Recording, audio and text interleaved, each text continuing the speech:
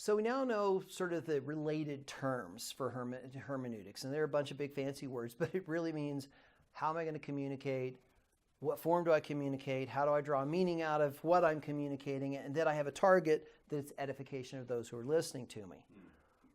Now, this is where things are a little bit different with biblical interpretation or hermeneutics. It is common for us today to be able to communicate with each other because we're in the same culture, we speak the same language, we have similar backgrounds. But you've heard of the generation gap. You know, people talk about there's a generation gap because young people can't talk with old people or whatever. It doesn't matter what kind of gap it is. Well, there's always gaps in communication. It's difficult to talk with people if you don't understand their language, if you don't understand their culture, if you don't understand their thinking. And guess what? The Bible was written a long time ago in different languages, in different cultures, with different times. So part of our interpretive challenge is going to be closing these gaps. We don't normally have to do that. But even in today's society, when they're talking with different generations, closing that gap, I got to understand what you mean, where you're coming from, so I can communicate with you. Otherwise, communication is lost. Now, if you think about it, when God originally spoke or communicated to the people, it was to them, right? And the them understood what God was trying to teach them because they were in the culture. They were being spoken to in a language they understood. They understood all the different geographies and things like that we're going to talk about here in a second. But we also know that when God wrote it, he didn't just write it to them. He also wrote it for them, but he also wrote it for us too. And so the them and the us, the to and the for, as time moves, guess what happens? The to them and the for them was common. Now the to them and the for them, which is now us, that is now shifted. So there's these gaps that start forming between what God said to them, for them, and to them, for us. And that's what happens as we open up that big gap. So these are the types of things we're going to have to deal with now in biblical interpretation, that everyday communication is not such a big problem. So let me just sort of go through a couple of these. We're going to cover these more in detail, but I'm just going to go through a couple of these gaps that we need to think about that are going to be closed or need to be closed as best we can. Time, okay. The original writer wrote something, in some cases multiple thousands of years ago, millennia ago. We don't have the ability to go up and say, well, hey, Paul, what did you mean? Or, Moses, what did you intend by what you said? We don't have that option. Today, we can go talk with somebody and say, well, what did you say? Sally, what were you trying to explain to me? Or, Bill, what happened? Like, help me understand this a little bit better. We don't get that privilege. So there's this time gap that we have to understand. How do I close that? There's a space gap or a geographical gap, if you will. In cultural settings and customs, a lot of the Bible is written in a historic context, but a lot of the references geographically, and they went up to this or down to that. Well, if we say up and down to our culture today, geographically, we're talking north and south. When they said up or down, they meant elevation. They were going up a hill or down a hill. So they didn't think north and south like we did. If you say somebody went up to something, you'd go, oh, that must mean it's south of they're south of where they're going because they're going up. Well, that's not necessarily true. So just geography, features, Mount Zion, Mount Moriah, Mount, you name it, Mount Sinai. Well, if you don't know where that is, that could be anywhere. So what relevance does it have? What historic reference is going on with that? Those geographic ideas. So, if you will, space or geography, where things took place, have meaning. So we have to close that gap. We have custom gaps. Now, talk about custom gaps. Wow. Yes, people get married, but even in our own culture, there's no such thing as the standard wedding anymore. Matter of fact, weddings over all cultures and all times. How would you have the Bible being understood by somebody who lives in a pygmy village in Africa someplace versus someplace in the United States? That would be very, very different of how they got married. Well, we got the same challenges in customs with the Bible. certain statements, certain things. Like Mary was betrothed to Joseph. Well, betrothal, we don't even really have such an idea in Western culture anymore. But that was a very significant cultural thing, and we need to understand what that meant if we're going to have clarity in it. So it's just cultural gaps. We have lots of those kinds of things we have to deal with. Language gaps, clearly, Old and New Testament written in Greek, Aramaic, and Hebrew. We're reading translations in English in the 21st century. Well, modern English versus Middle English versus Old English are completely different Englishes. Think about British versus American versus New Zealand versus Australia versus India. All speak English. But even that English is not necessarily the same English in the way things are used in words and description. Think about Greek, Hebrew, and Aramaic. A challenge. We actually go down and we minister in an island that speaks a French Creole. And we talk with them about, well, what kind of translations you have? You want word for word or meaning for meaning? They went, well, we have to do meaning for meaning. We kind of went, well, wait a second. Don't you want to get down to the words? They said, yeah, but we don't have a future tense. Oops. How do you express a future idea without a future tense? Well, they can do it, but that linguistically is a completely different way they have to handle their own language. So we have to understand we have those language gaps that have to be closed, idiomatically, grammatically, just linguistically in general. You have to translate ancient Masoretic Hebrew that we talked about into modern Hebrew. The same Hebrews are not the same, even though they're the same language, but things that were written 1,000 years ago through Masoretic texts, I know a pastor who's actually translating into modern Hebrew because they don't use words the same way exactly, but it's still Hebrew. So, a lot of things in language. Writing, literary gaps.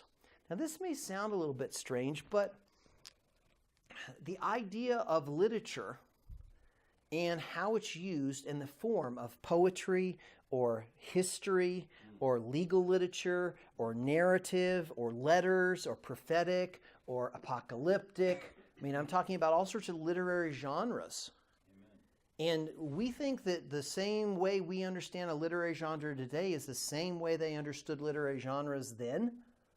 It's not necessarily true. We read Paul's letters, for instance. Those are letters.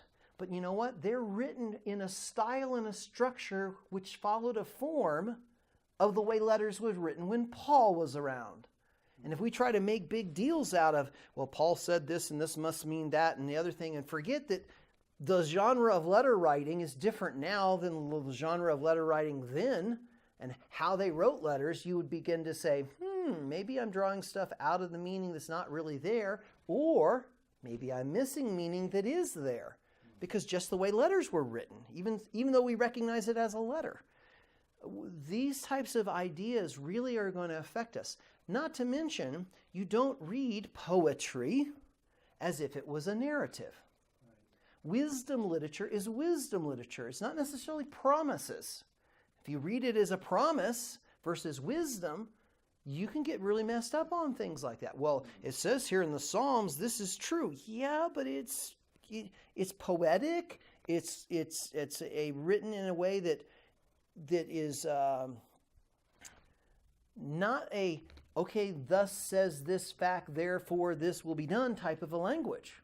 A narrative, a regular, straightforward narrative. So again, this literary gap has to be closed. Not only in the type of literature that's used, but the understanding of the literature, but there's also that cultural gap between our understanding of that literature and their understanding of that literature. So you actually have two gaps you have to close, which is kind of interesting. And finally, there's some other things, and we're going to talk about some of these that, like cultural forms. How is something explained in one culture versus another culture? Typology, symbols, figures of speech, parables, allegory, prophecy, and there's very many different forms of that. And something that we're not even going to talk much about in this class is any presupposition that you bring to all of this gap closing. If you bring a particular presupposition that you're not drawing out from the text can bias what you think it says. Because this is the presupposition. As a matter of fact, most people, if you really think about it, good scholars and good, honest, hey, I really want to do the best I can with God's word, the variations of those kind of people usually, not always, usually comes down to a presuppositional difference. Why did I interpret or give weight to this way? Because I have a presupposition.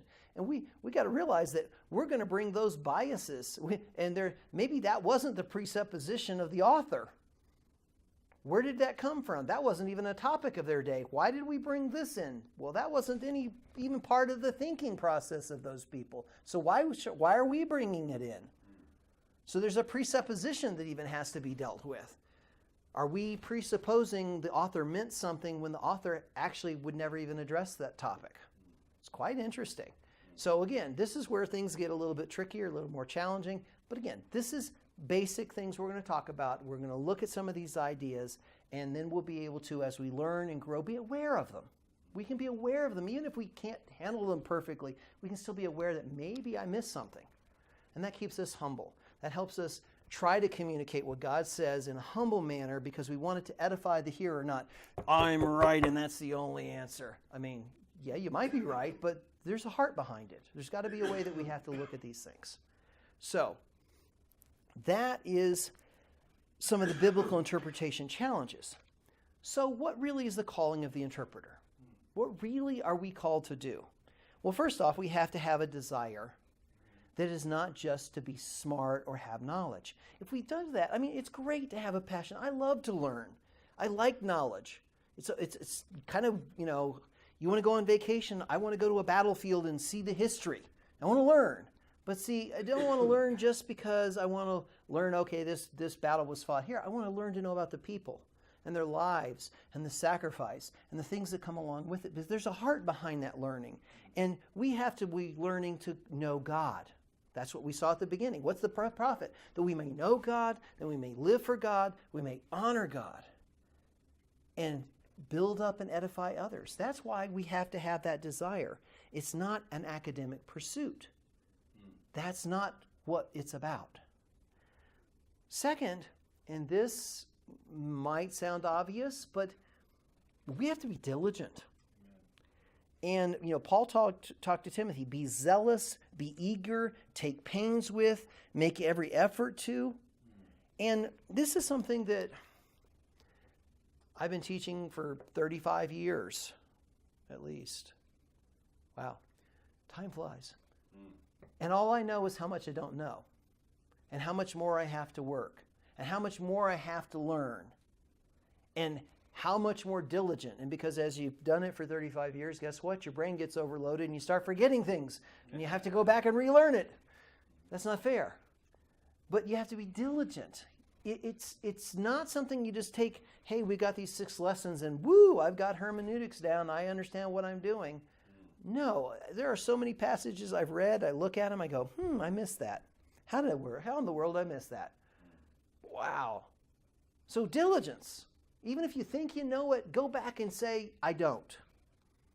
It's hard work. It takes a lifetime. And when we're all done, we will have not even begun to understand God, which is amazing. One book you can study your whole life, and you still don't get it all. So diligence, never, ever giving up, working. And then dependence. As we know, apart from Christ and the work of the Holy Spirit, we can't do anything. We can't really understand anything. There are scholars out there who will best anybody in Christendom in Greek, and yet they don't know anything about what the Bible actually says. Because they're not dependent on God. They're not dependent on His Spirit. They're not caring about that stuff. They need to understand the rules, but from a God's perspective. We need to be praying. We need to say, God, help me and show me and encourage me. Show me how to say, yes, I've got meaning, but now how do I communicate it? Because sometimes that's the hardest part. You go, wow, I've got it. Now how do I communicate it? The gift of omission to a teacher or a preacher. That's a joke amongst our leadership. But you got to learn when to say enough. too much. You have to learn the gift of omission. It's not one of the spiritual gifts, but for preaching and teaching, it needs to be. So we'll be pounding on learning the gift of omission, because we have to depend on, say, God, I've done this, I've laid it out, I communicate it. I stand back and let your Spirit work in the hearts of those I'm trying to edify. And so we have to be dependent on that, because God is going to help us see how little we actually know and understand about him all the time. The moment you get cocky, he's going to have a way of explaining to you, you really don't understand who I am, and you're not really presenting me appropriately. You are not being Hermes, if you will, to use the mythological reference. You're not being a good Hermes. And we want to be those good hermeneus. We want to be, whatever, pedagogy, all the other things. We want to be the ones who communicate and edify those who are listening to us. So that is our calling as those who interpret the Scriptures.